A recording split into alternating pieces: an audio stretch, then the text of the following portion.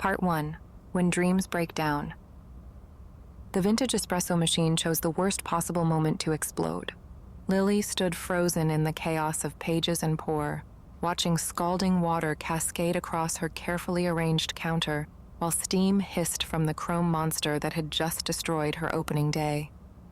Coffee grounds spread like dark confetti across the hardwood floors she'd spent hours polishing, and the smell of burnt espresso filled the air. "This is not happening," she whispered, grabbing towels from behind the counter. "This is absolutely not happening." The front door chimed as she frantically mopped, her vintage scarves now soaked and her carefully planned grand opening dissolving into disaster.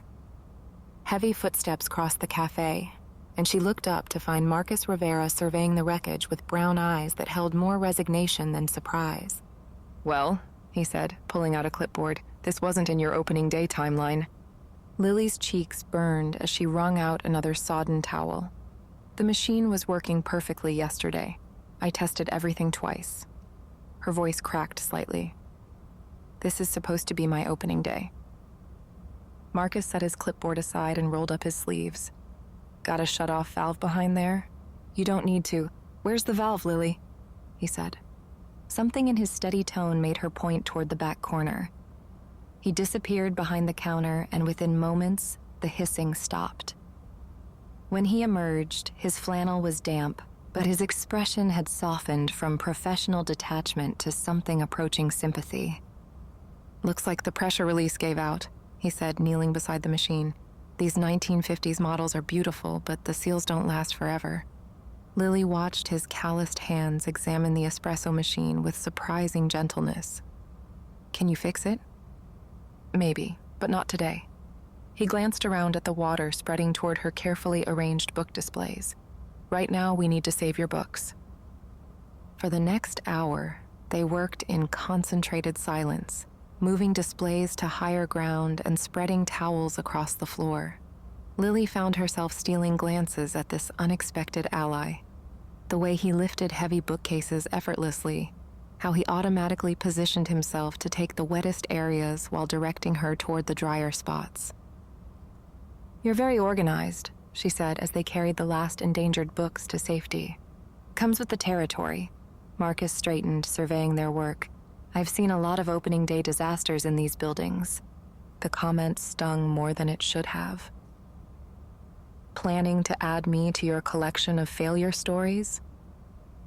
Their eyes met across the damp cafe, and something flickered in his expression. Surprise, maybe even regret. "I didn't mean it like that." Lily tucked her damp hair behind her ears, a nervous habit from her librarian days. "I'm sorry you had to see this mess, Marcus. This isn't exactly how I planned to start our landlord-tenant relationship." She gestured toward the espresso machine.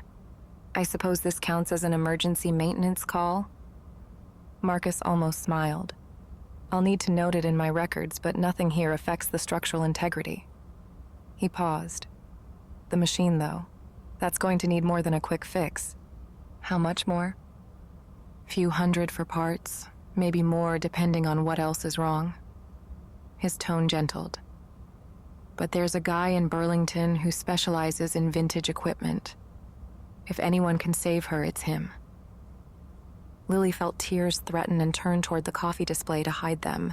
All her planning, all her careful budgeting, and she was already facing unexpected expenses on day one. "Hey." Marcus's voice was closer now. "The machine broke. That's not the same as your dream breaking." She turned back to find him holding 2 mismatched mugs from her display. "What are you doing?" "Making coffee. Got a kettle?" 20 minutes later, they sat across from each other at one of her small tables, sharing French press coffee while afternoon light filtered through the front windows. The cafe smelled of books and possibility instead of disaster, and Lily felt her heartbeat returning to normal. "This is really good," Marcus said, wrapping his hands around the ceramic mug. "It's Ethiopian yerga chefe. I source all my beans from small roasters." Lily found herself relaxing despite everything. "I know we only talked business during the lease signing. What made you decide to become a landlord instead of just doing contracting work?" Marcus shrugged, his voice quiet. I didn't decide. I inherited the properties. Lily blinked. I thought Mr. Rivera was older. That was my grandfather. He left me the buildings when he passed last year. Marcus studied his coffee. 3 properties on Main Street, including this one. Lily's tone softened. I'm sorry for your loss. He would have liked this place, Marcus said quietly. He always said the building wanted to be a gathering spot, not just retail space. Something in his tone made Lily lean forward. How many businesses have you had in here? 4 in 3 years. Marcus met her eyes. 2 cafes, a gift shop, and an art gallery. They all had good intentions. But good intentions don't pay rent or fix broken equipment or handle the reality of running a business in a college town. His voice carried the weight of experience. I'm not trying to discourage you. She tilted her head, a gentle challenge in her voice. Preparing yourself for disappointment? Marcus was quiet for a long moment. Something like that. Lily studied his face, the careful way he held himself, the resignation in his shoulders. What if I told you I spent 6 years as a public librarian before this? That I know exactly how hard it is to create community spaces that actually work? Marcus offered a wry smile. I'd say librarians don't usually have to worry about profit margins. You'd be wrong. Lily's voice sharpened with conviction. Every program I ran, every event I organized, every book I ordered, it all had to justify its existence to a board of directors who measured success in numbers. The difference is, I learned to make those numbers work by giving people what they actually need. Marcus set down his mug. And what do they need? Connection, Lily said. Stories. A place where buying coffee feels like coming home instead of just another transaction. Lily gestured around the cafe. That's what this is. Not just a bookstore with coffee, and not just a cafe with books. It's a place where people can find the story they didn't know they needed. For the first time since he'd walked in, Marcus looked truly curious. How do you know what story someone needs? Lily smiled and her whole face transformed. Watch me work for a week and I'll show you. Part 2, the language of books. Over the next few weeks, Marcus found himself timing his building maintenance rounds to coincide with the cafe's busiest hours. He told himself it was practical, better to check on the new tenant when she was actively using the space. But truthfully, he was fascinated by Lily in action. She had an uncanny ability to read people. When a stressed graduate student came in looking lost among the fiction shelves, Lily appeared with a worn copy of The Shadow of the Wind. Trust me, she said, pressing the book into his hands. This one knows about finding magical stories when you need them most. Marcus watched the student's face change as he read the back cover, saw the moment when curiosity replaced anxiety. By the time the young man left with his book and a lavender latte, he was smiling. How did you know? Marcus asked, approaching the counter. Lily looked up from steaming milk, her eyes bright with satisfaction. He kept touching his thesis notes while looking at the fiction section. Classic case of someone who spends all day analyzing literature but forgot why he fell in love with stories in the first place. She handed him a coffee without asking what he wanted. Plus, he ordered chamomile tea, which means he's not sleeping well. The Shadow of the Wind is the perfect escape, compelling enough to distract from stress, but not so intense it'll keep him awake. Marcus accepted the coffee, noting that she'd somehow remembered exactly how he liked it from their disaster day French press session. You're very observant. It's not observation, it's listening. Lily moved around the counter with easy efficiency, wiping surfaces that were already clean. People tell you what they need if you pay attention to more than their words. What am I telling you right now? Marcus said. The question surprised him. He hadn't meant to ask it. Lily paused in her cleaning, studying his face with that same careful attention she'd given the graduate student. You're curious about whether this will work, but you're scared to hope, she said finally. You want to believe in community spaces, but you've been hurt by watching them fail. And, she tilted her head slightly, You're trying to figure out if I'm naive or if I actually know what I'm doing." Marcus felt exposed, as if she'd read chapters of his story he'd thought were private. That's uncomfortably accurate. It's also completely understandable. Lily's voice softened. What happened to the other businesses? Really happened, I mean, not just the financial stuff. Marcus leaned against the counter, surprised by his urge to answer honestly. The first cafe tried to compete with the campus coffee shops instead of offering something different. The gift shop owner was more interested in her Instagram than her customers. The art gallery, he paused. That one was my sister's. She poured everything into it, emotionally and financially. When it failed, it nearly destroyed her marriage. "Is that why you're protective of this space?" Lily said. He shook his head. "I'm not protective, I'm realistic." Lily smiled gently. "Those can be the same thing." Before Marcus could respond, the door chimed and an elderly woman entered, moving slowly with a walking cane.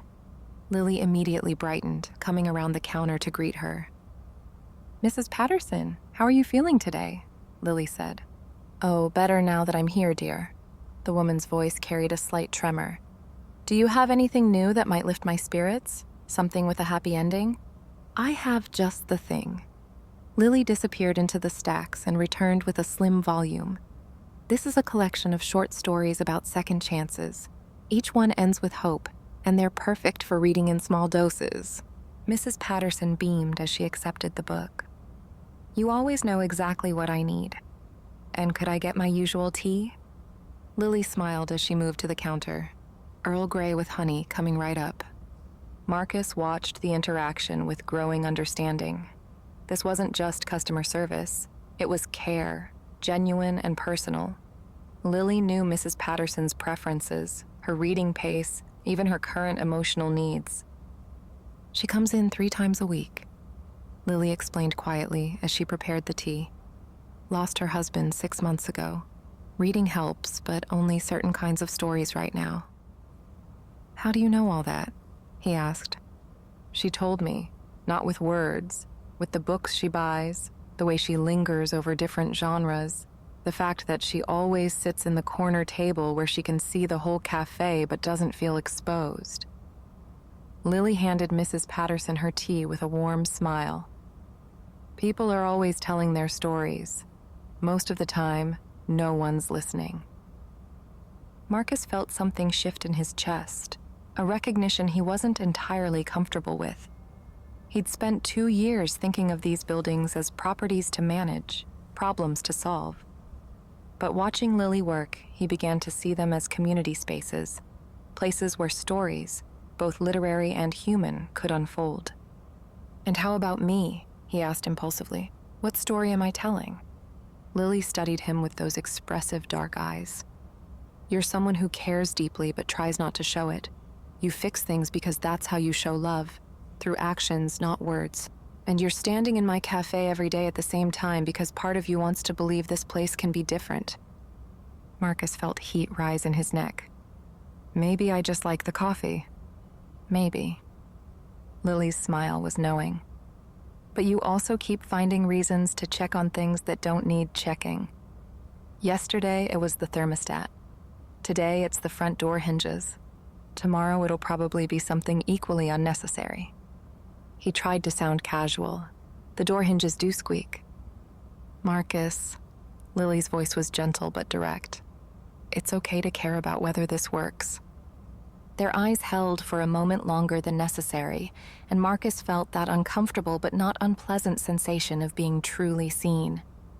He was saved from responding by the arrival of 3 college students, chattering about their upcoming finals and scanning the cafe for study spots. "The back corner tables are perfect for group work," Lily called to them, "and if you need recommendations for study break reading, I'm your person." Marcus found himself lingering as Lily worked, noting how naturally she created connections, suggesting books, remembering preferences, making introductions between customers with similar interests. The cafe hummed with conversation and the comfortable sounds of people feeling at home. "I should get back to work," he said finally, though he made no move toward the door. "My offer stands," Lily said, not looking up from organizing the poetry section. Watch me work, and I'll show you how this place will be different. Marcus paused at the door. What if you're wrong? Lily turned to face him fully. Then at least we'll have tried to create something meaningful. But Marcus? Her smile was confident, almost challenging. I'm not wrong about this, and I don't think you believe I am either. Part 3. Building something together. The Spring Literary Festival arrived with the kind of perfect April weather that made Millbrook look like a postcard. Lily had volunteered Pages and Pour as a venue for several events, and the cafe buzzed with activity as local authors and college students used the space for planning meetings. Marcus told himself he was only staying late to ensure the electrical system could handle the increased demand. But truthfully, he was fascinated by the transformation. Lily orchestrated the chaos with impressive skill, coordinating readings, book signings, and discussion groups while maintaining the cafe's welcoming atmosphere. Can you move those chairs closer together? She called to a group of student volunteers. Marcus found himself automatically helping, rearranging furniture and troubleshooting minor issues before they became problems. When the sound system produced feedback during a mic check, he quietly adjusted the settings. When the coffee station became overwhelmed during the afternoon rush, he stepped behind the counter to help serve drinks. You're good at this, Lily said during a brief lull, watching him efficiently prepare orders. I worked in restaurants during college. Marcus handed a customer their change. Muscle memory. That's not what I meant. Lily moved beside him to steam milk, their shoulders brushing in the confined space. You anticipate what people need. That's a gift. The casual contact sent awareness through Marcus that he tried to ignore. Working this closely with Lily, seeing her quick intelligence, her genuine care for others, the way she moved through her space with confident grace, was affecting him in ways he hadn't expected. I just fix problems, he said, focusing on the espresso machine. You do more than that. Lily's voice was soft enough that only he could hear it. You create stability so other people can take risks. That's why your sister felt safe enough to try the art gallery. That's why I can focus on my customers instead of worrying about broken equipment. Marcus looked at her, startled by the insight. I never thought of it that way. Lily met his gaze, her voice thoughtful. Maybe you should. The evening reading series began at 6, with local authors sharing excerpts from their work. The cafe transformed into an intimate performance space, filled with warm light and the gentle hum of appreciative conversation. Marcus found himself staying not from obligation but from genuine interest, drawn into stories about love, loss, and the quirky charm of small-town life. During the break between readers, a power surge flickered the lights and killed the sound system. The audience murmured with concern, but Marcus was already moving, checking connections and resetting breakers. Within minutes, he had everything running again. Ladies and gentlemen, announced the evening's host, let's hear it for Marcus Rivera, who just saved our entire event. The applause was warm and appreciative, but Marcus felt uncomfortable with the attention. He tried to slip back to his corner table, but Lily intercepted him near the coffee station. Thank you, she said simply. That could have been a disaster. Marcus gave a modest shrug. Just electrical troubleshooting. Marcus. Lily touched his arm lightly. You don't have to downplay everything you do. It's okay to accept appreciation. Something in her tone made him look at her more carefully. In the soft lighting of the cafe, surrounded by the contentment of a successful evening, Lily looked radiant. Her eyes sparkled with satisfaction, and her genuine smile transformed her entire face. You're enjoying this, he said, surprised by the observation. Of course I am. This is exactly what I hoped would happen. Lily gestured around the cafe, where people lingered over books and coffee, deep in conversation about stories and ideas. Look at this place. Look at these connections being made. Marcus followed her gaze, seeing the space through her eyes. Strangers were discussing favorite authors. College students were getting advice from local writers. Mrs. Patterson was talking animatedly with a young poet about the power of language to heal grief. "You did this," he said quietly. "We did this." Lily's correction was gentle but firm. "I couldn't have managed tonight without your help. The furniture arrangement, the electrical work, even just knowing you were here to handle problems. It let me focus on the community building."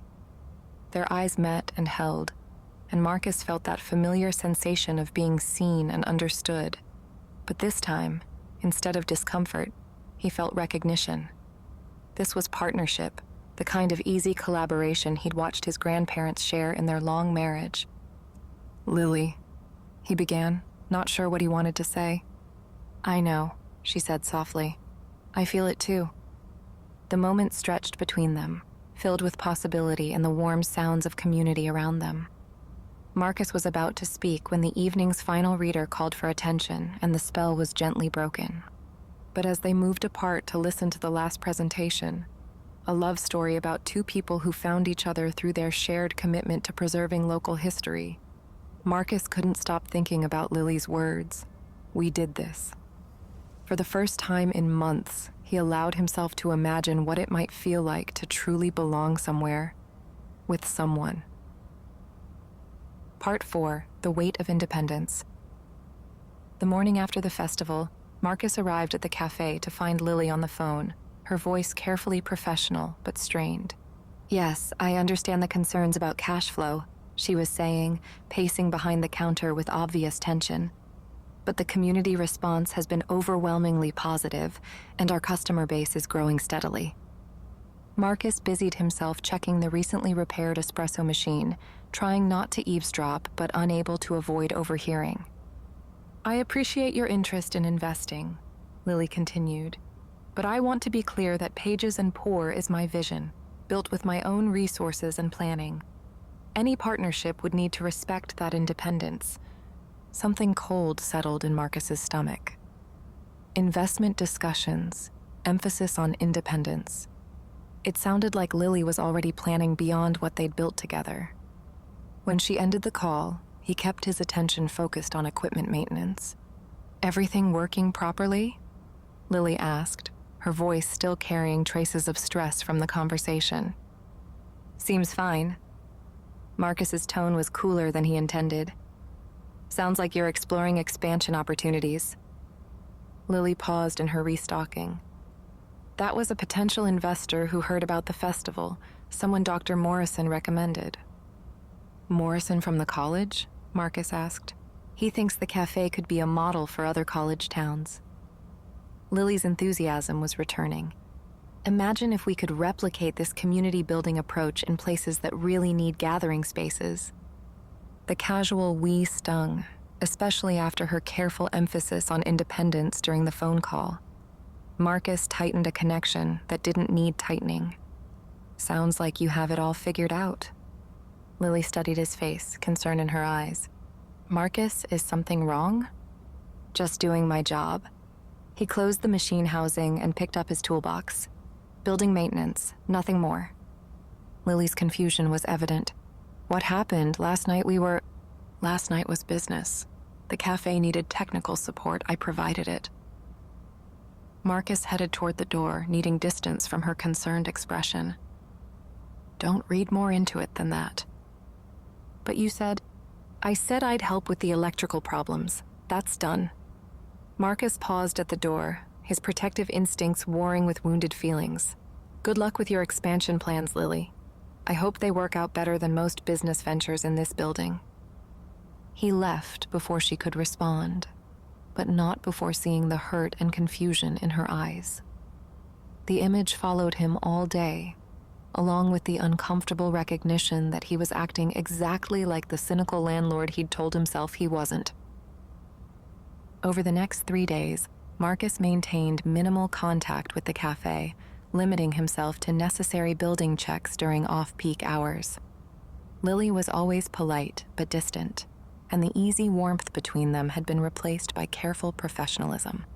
Marcus told himself this was better, cleaner, less complicated.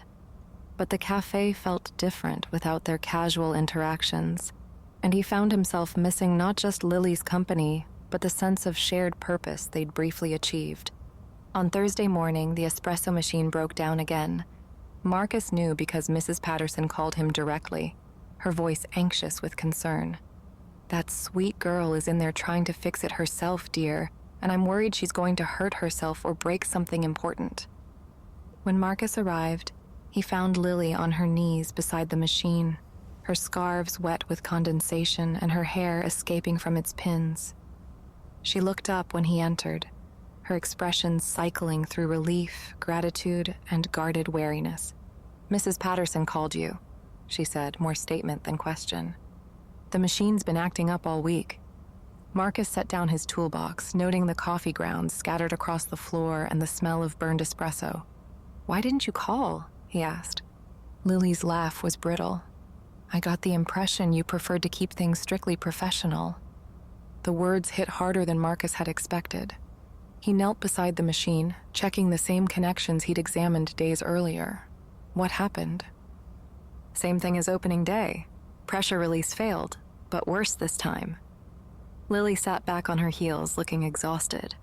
"I've been trying to nurse it along, but this morning it just gave up completely." Marcus examined the damage, noting that what should have been a simple repair had become a more serious problem due to delayed maintenance. "This is going to need professional attention, the kind that costs real money." "I know."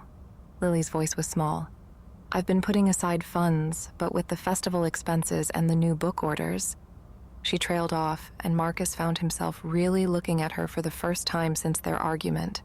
She looked tired, stressed, and determinedly brave in a way that made his chest ache. "Lily," he said carefully, "about the other day, you don't need to explain." Her words came quickly, defensively. "You were right to maintain boundaries. This is a business relationship, and I shouldn't have assumed otherwise." He shook his head, his voice low.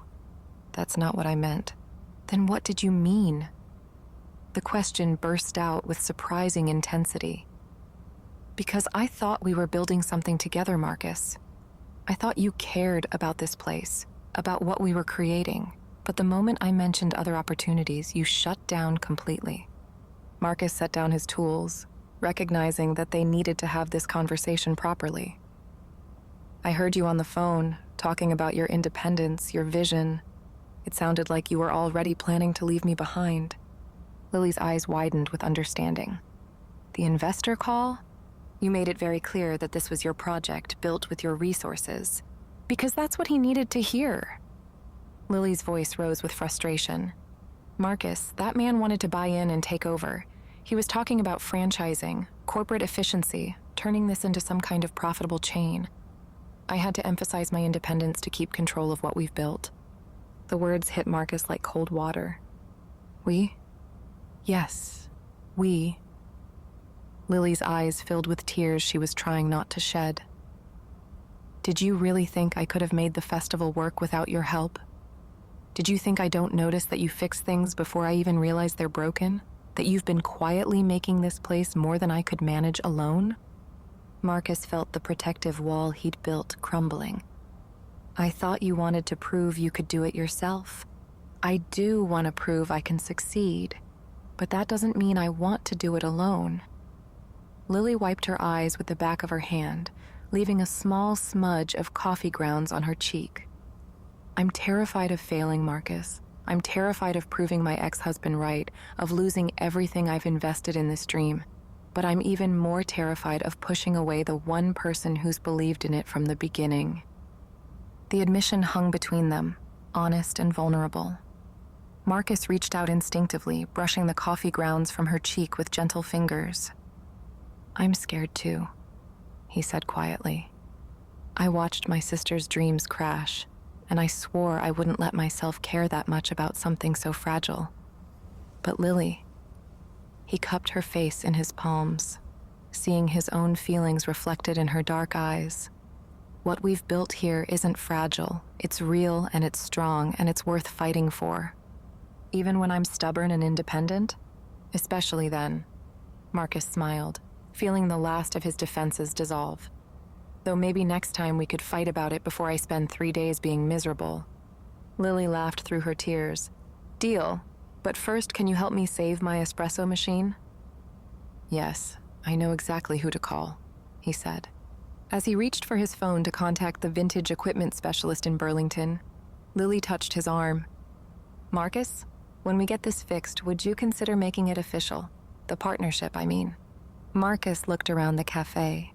At the books Lily had chosen with such care, the tables where community had taken root, the space that had become more than the sum of its parts through their combined efforts. I thought you'd never ask, he said, and kissed her among the coffee grounds and broken machinery, surrounded by the dreams they were determined to build together. Part 5. Foundations and Futures. 4 months later, Pages and Pour had settled into its new rhythm as a true partnership. Marcus had moved his contractor's office to the cafe's back room, where he could manage his handyman business while staying involved in daily operations. Lily handled the literary side and community events, while Marcus managed the practical aspects. The vintage espresso machine hummed contentedly in its fully restored glory, and the cafe hosted its first evening of stories and skills, readings paired with Marcus teaching basic home repair workshops. The combination proved surprisingly popular with both college students and longtime residents. I never thought poetry and power tool safety would work so well together, Lily said, watching a group of students practice picture-hanging techniques while discussing the metaphorical significance of Robert Frost's wall poems. Different kinds of building, Marcus replied, tightening a loose table leg while keeping one ear on the poetry discussion. But they both require good foundations. It was Sunday evening, and they were closing the cafe together, a ritual that had become Marcus's favorite part of the week. The space felt peaceful in the golden light, filled with the satisfaction of another successful day serving their community. I have something to show you, Marcus said, disappearing into the back room. He returned carrying a wooden structure that made Lily gasp with delight. It was a custom bookshelf, clearly handcrafted, with elegant lines and hidden compartments that would be perfect for displaying special editions. Marcus, it's beautiful. When did you make this? She asked. Evenings, mostly, after we close. Marcus ran his hand along the smooth wood, suddenly shy about the project. It's for your rare books collection. The compartments have climate control, and the whole thing can be locked for security. Lily moved closer, examining the intricate joinery and thoughtful design. The craftsmanship is incredible. This must have taken weeks. About a month. Marcus opened one of the hidden compartments, revealing a small velvet-lined space. This one's for the most special books, first editions, signed copies, things that mean the most to you. Lily traced the smooth edge of the compartment, her eyes bright with tears. No one's ever made something like this for me. Well, Marcus said, his voice warm with contentment. I figured if we're going to spend our time surrounded by stories, we should take care of the best ones. Our time, she said. Marcus turned to face her fully, his expression serious but peaceful. Lily, I've been thinking about what you said, about stories and second chances, about building something that lasts. And I think we've built something pretty amazing together. Not just the business, though that's working better than either of us imagined. But this. He gestured between them, his voice soft. Us.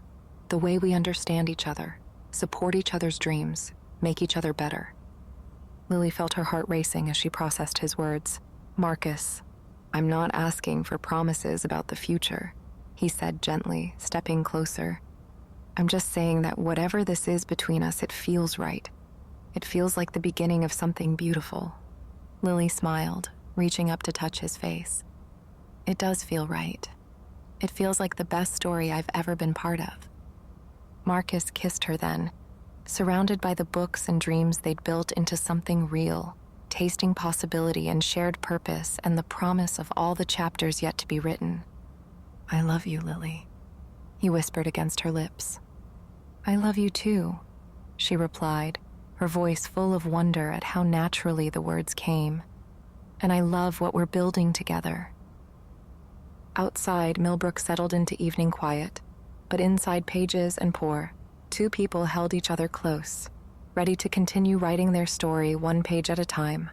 No rush, no pressure, just the quiet certainty that they'd found something worth nurturing for as long as it chose to grow.